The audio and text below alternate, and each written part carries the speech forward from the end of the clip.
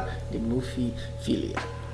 Terima kasih para Movie Filik sudah mengklik video ini, dan jangan lupa untuk subscribe dan pencet lonceng supaya Anda segera tahu kapan saya akan membuat video-video baru untuk Anda tentunya.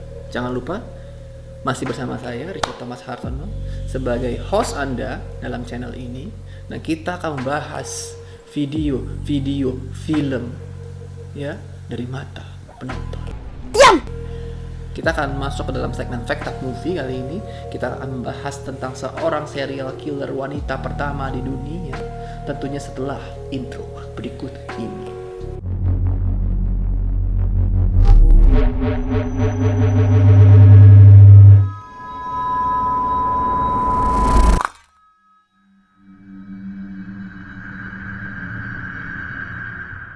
Selamat datang di Fact Up Movie, di mana kita membahas film-film based on true story yang kita akan kulik, yang udah saya research dengan lengkap dan secara detail. Oke, kali ini gue akan membahas film Monster yang diperankan oleh Charlize Theron, dan dia memenangkan Oscar dari film ini loh. Dan keren banget ya emang mainnya. Di sini dia sebagai Aileen Wuornos ya, dan dia memainkan Aileen Wuornos cukup spektakuler dan cukup menurut gue believable gitu. Oke. Tanpa basa-basi, kita akan langsung lanjut ke dalam ceritanya ya.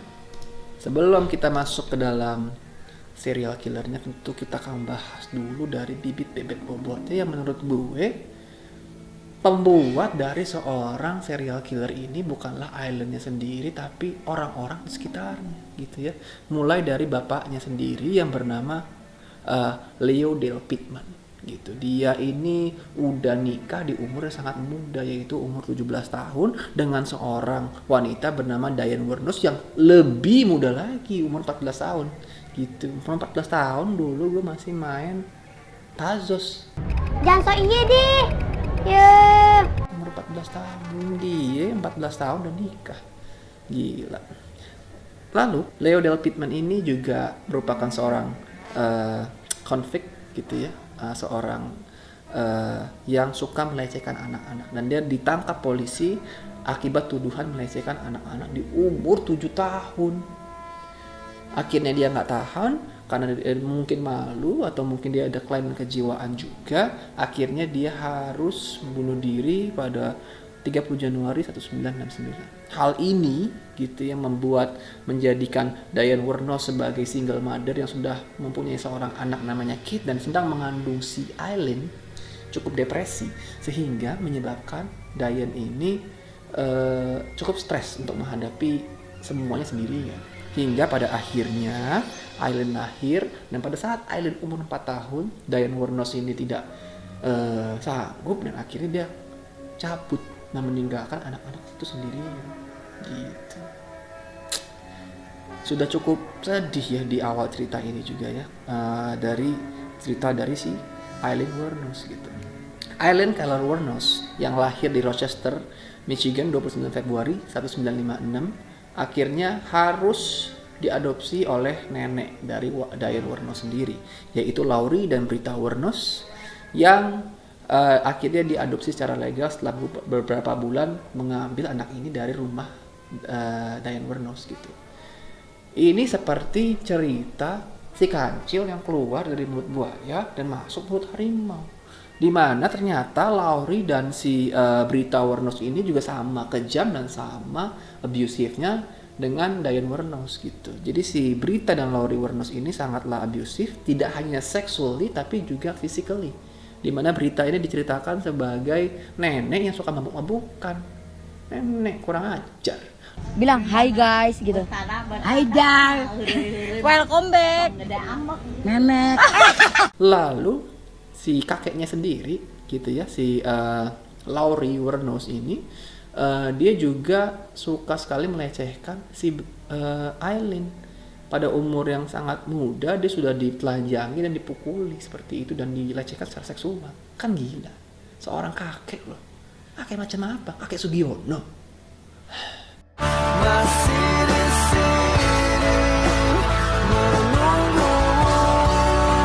Lalu karena sudah dilecehkan sudah sejak muda, mungkin pengetahuan seksual dari si Aileen dan Kate ini pun muncul di awal lebih dibanding anak-anak lainnya.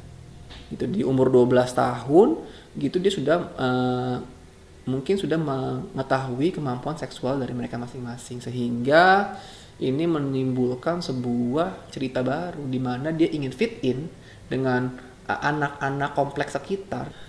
Anak-anak kompleks sekitar ini juga gila, borju tuh. Dia nggak mau main lah dengan si Aileen dan juga si Kate. Akhirnya mereka menemukan cara dengan cara mereka menukarkan kegiatan seksual dengan rokok. Nah, dari sinilah mulai awal dimana Aileen mengenal yang namanya prostitusi, gitu. Karena dia sudah mengenal prostitusi di sini, orang-orang sekitar situ juga jadi mengenal Aileen sebagai orang yang sudah melakukan prostitusi dari umur dini dan tidak ada harganya lagi diri dari si Aileen. Dimana suatu saat di sebuah party yang Aileen diundang gitu ya, di umur 12 tahun, dia itu harus mengalami pemerkosaan oleh teman dari kakeknya sendiri dan berakhir hamil gitu. Nggak lama kemudian mungkin dari orang tua dari Aileen sendiri atau yaitu kakek dan neneknya itu sendiri mengetahui, dan juga nggak lama kemudian nenek dari Aileen yang Aileen lumayan sayangi sebenarnya dibanding Lori gitu ya, akhirnya harus meninggal. Mengetahui hal tersebut, si Lori juga mengetahui dia hamil gitu, dia murka dan akhirnya ditinggallah Kate dan Aileen ke jalanan, dan mereka mulai menjalani hidup sebagai seorang anak layang, anak jalanan maksudnya. Gitu. Oke, bergerak dari situ, kita setelah mengetahui si Aileen hamil gitu, akhirnya Aileen bisa melahirkan anaknya setelah 9 bulan kemudian tentunya ya, dan anaknya itu segera diadopsi tanpa Aileen pun mengetahui siapa yang mengadopsi dan tanpa melihat anaknya itu sendiri.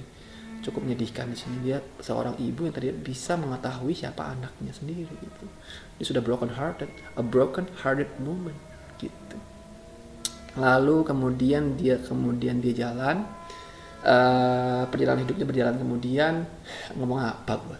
Dia mulai menjalani hidup sebagai anak jalanan, di mana dia melakukan hitchhike atau menumpang dari satu mobil ke mobil lainnya sambil melakukan kegiatan seksual atau kegiatan prostitusi di sini ya, dengan cara bertukar tumpangan dengan seks dan juga uang, hingga akhirnya dia terdamparlah di Florida gitu ya, di mana ada sebuah event di mana bisa mengubah hidupnya gitu dengan dia bertemu seorang yang bernama Val.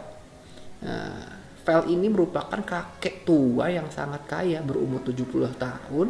Dia merupakan presiden dari Yacht yang sangat jatuh cinta dengan seorang Aileen Wuornos gitu. Aileen Wuornos pun akhirnya dinikahi, di mana tidak berlangsung lama karena dia harus berantem di bar gitu, dan orang-orang di sekitar ngomongin dia, kok orang kaya begitu kelakuannya, dan juga dia memukul kepalanya si Val, si suaminya itu sendiri dengan tongkat yang dipakai sendiri karena dia minta duit nggak dikasih. Akhirnya dicerain lah dia oleh si Val. Akhirnya kembalilah dia hidup di jalanan. Dia hidup di jalanan, dia hitchhiking lagi, dia prostitusi lagi, dan melakukan sedikit-sedikit kriminal yang ditangkap polisi. Seperti dia menyolong toko kelontong sambil pakai bikini. Gitu, gila kan.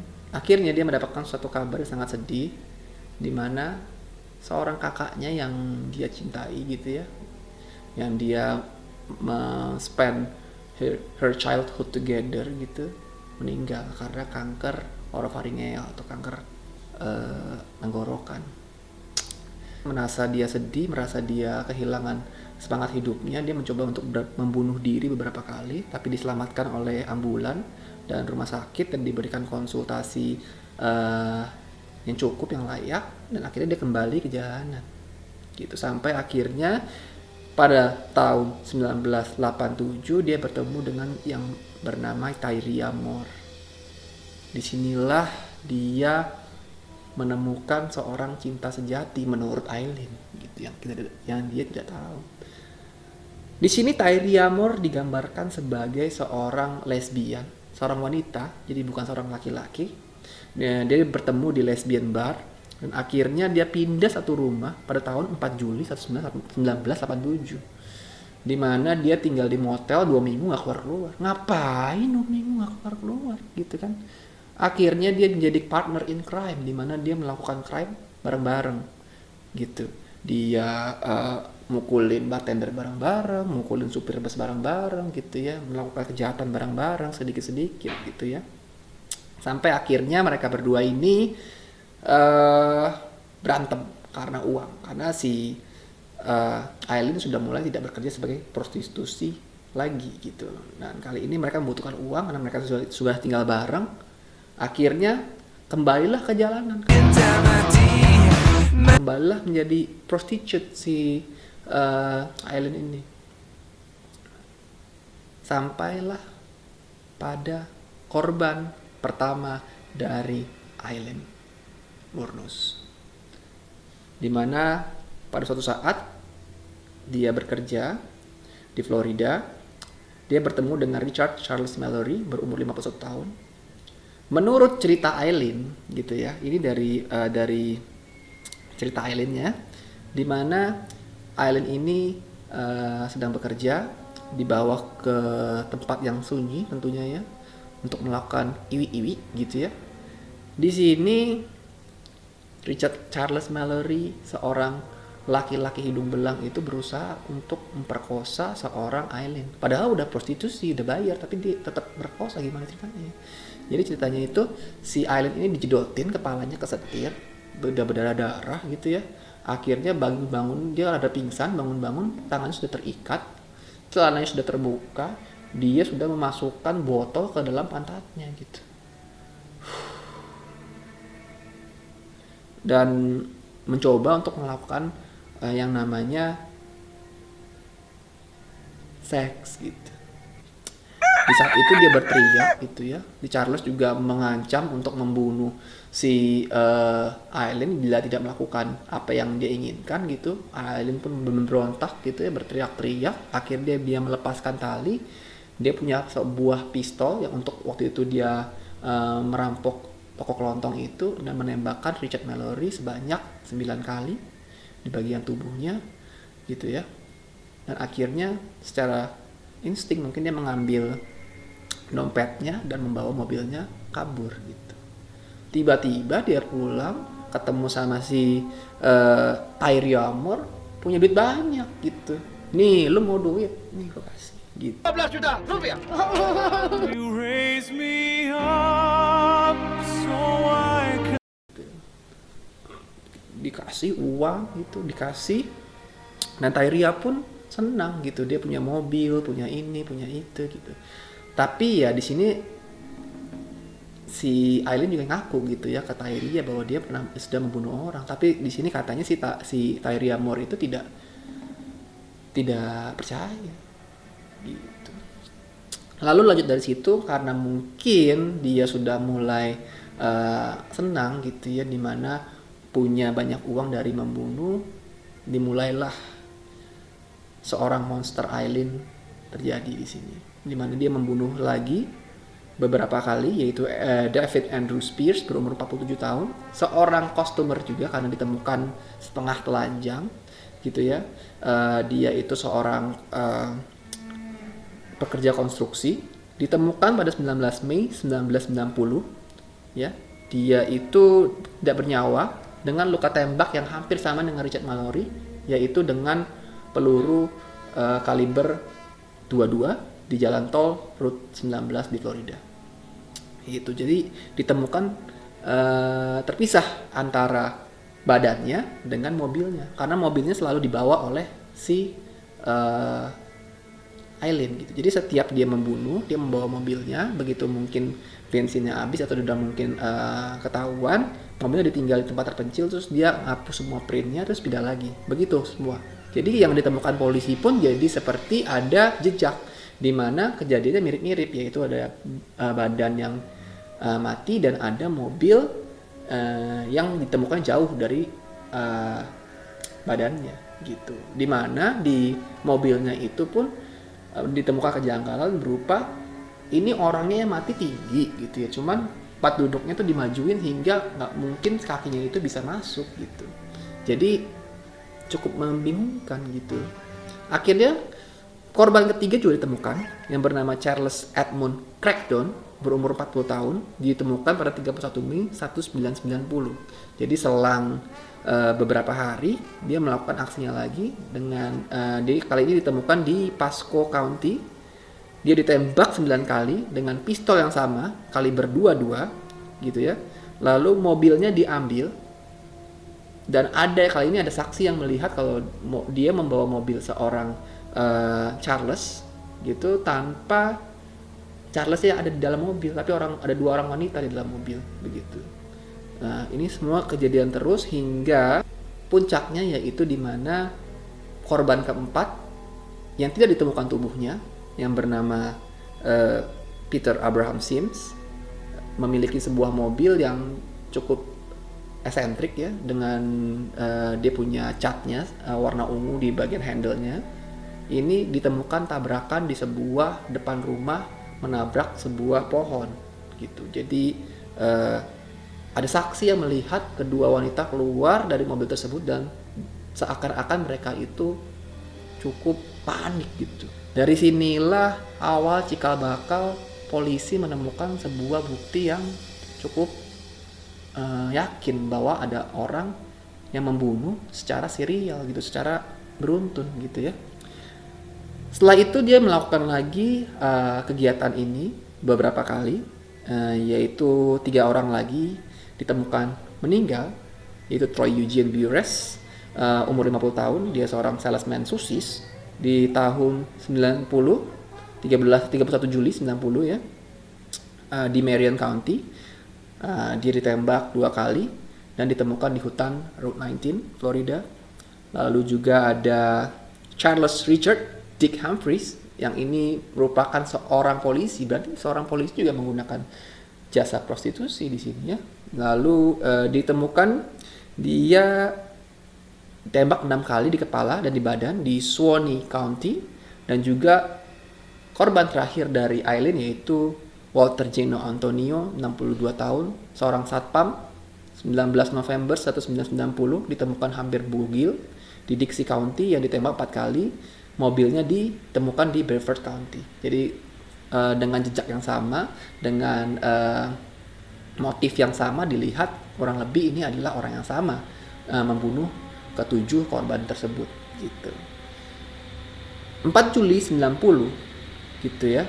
Tadi diceritakan bahwa adanya kecelakaan dengan ketemunya mobil Sims gitu. Di sini ditemukan adanya handprint dari 2 orang wanita dan juga ada saksi yang bisa menggambarkan dengan cukup jelas muka para pelaku gitu.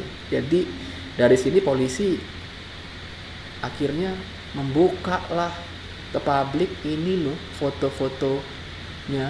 Setelah dipublish foto-fotonya gitu ya, akhirnya cukup panik lah, terutama Tyria Moore yang merasa ketakutan, fotonya ada di mana-mana yang ada di TV gitu. Dia mulai gegabah, mulai takut. Akhirnya berantemlah dengan Aileen karena merasa Aileen itu adalah pembunuh. Jadi akhirnya Tyria Moore berantem dan memisahkan diri dari Aileen dan meninggalkan Aileen gitu.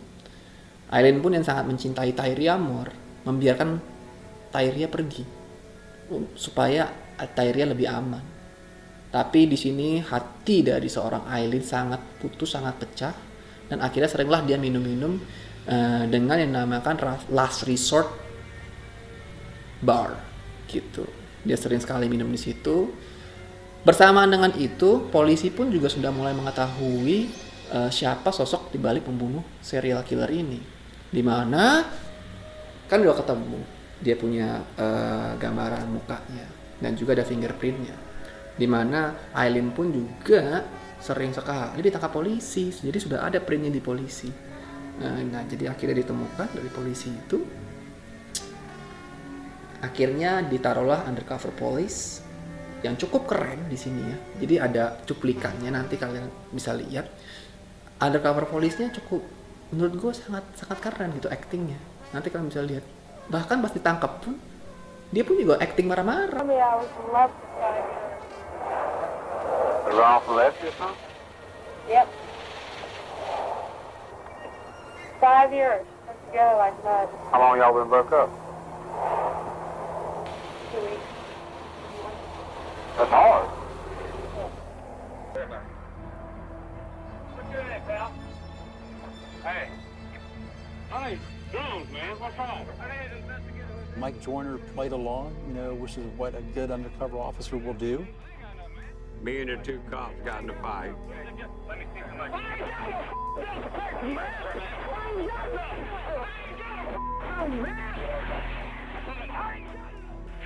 I want to know what the hell is going on here. What kind of trouble you in? I don't know what's going on. I have no idea. What's going on either? Neither do I. So what the hell? You want to tell me? You tell me. Tell me. I don't know. I'm lost. Gitu, keren sekali gitu. Lalu dari sini undercover police itu berhasil menangkap yang namanya Aileen Wuornos dan dimasukkan ke dalam penjara. Nggak lama kemudian polisi pun berhasil menemukan Tyria Moore dan memaksa Tyria Moore untuk menceritakan semuanya dengan alih-alih dia akan dibebaskan, dan dia disuruh untuk menelpon ke penjara untuk menanyakan keadaannya si Aileen dan memaksa Aileen untuk mengaku semua perbuatan yang dia lakukan. Dimana di sini bisa kita lihat Aileen terlihat begitu sangat mencintai Tyria Moore, sedangkan Tyria Moore tidak gitu. Sedih sekali. Setelah percakapan tersebut, akhirnya pada 16 Januari 91 Aileen harus mengakui semua kejahatannya kepada polisi. Pada tanggal 14 Januari 1992, persidangan pertama atas pembunuhan Richard Mallory dilakukan. Di sini dia berusaha untuk defend dirinya sendiri dengan menceritakan bahwa Richard Mallory benar-benar akan memperkosanya dia gitu. Tapi di sini harus dipatahkan karena ada saksi kunci, yaitu tak lain tak bukan adalah Tyria Moore sendiri. Di sini persidangan berjalan sangat sedih, di mana Aileen melihat Tyria sendiri menceritakan denial dari apa yang terjadi, dan Aileen pun hanya mengangguk tanpa ada kemarahan dan tanpa ada kesedihan, tanpa ada kemarahan dan tanpa ada kekecewaan gitu. Lalu akhirnya 4 hari kemudian dia dijatuhi hukuman mati. Begitu juga pada 31 Maret 1992 dia mengakui semua pembunuhan yang terjadi dari 6 orang yang dia bunuh gitu. Dan pada 15 Mei 92 dia dijatuhi hukuman mati sebanyak 6 kali. Saat diwawancara pun sangat sedih, di mana dia bicara bahwa semua orang telah mengkhianatinya. Semua orang telah nggak ada yang di dunia ini yang percaya lagi sama dia. Dia benci sekali terutama pada laki-laki. Jadi hukuman mati ini ya nggak ada masalah bagi dia gitu. Dan pada 9 Oktober 2002 dia akhirnya dihukum mati. Dan sebelum dihukum mati dia ada bertemu dengan teman lamanya yang masih kecil. Dia berfoto, terlihat sangat bahagia di sana. Dan akhirnya dia harus meninggal pada 9 Oktober 2002. Ini merupakan kisah serial killer yang paling sedih menurut gue. Nggak tahu menurut kalian ya. Kalau memang Aileen membunuh 7 orang, memang Aileen melakukan sedikit kejahatan dengan merampok gitu ya. Tapi menurut gue Aileen di sini bukanlah suspek utamanya adalah orang tuanya sendiri, Tyree Amor, dan orang tua angkatnya. Itu yang membuat dia menjadi seperti ini. Andai saja dia memiliki pengetahuan yang cukup, kasih sayang yang cukup, Aileen Wuornos sebagai monster tidak ada. Oke, gue rasa itu aja yang bisa gue ceritain kali ini. Semoga kalian puas dengan cerita kali ini. Kita akan ketemu lagi minggu depan, mungkin dengan segmen yang sama atau mungkin dengan segmen yang berbeda. Ingin mengetahuinya, nonton minggu depan. Oke, terima kasih telah menonton dan sampai jumpa. Stay safe dan selalu pakai masker.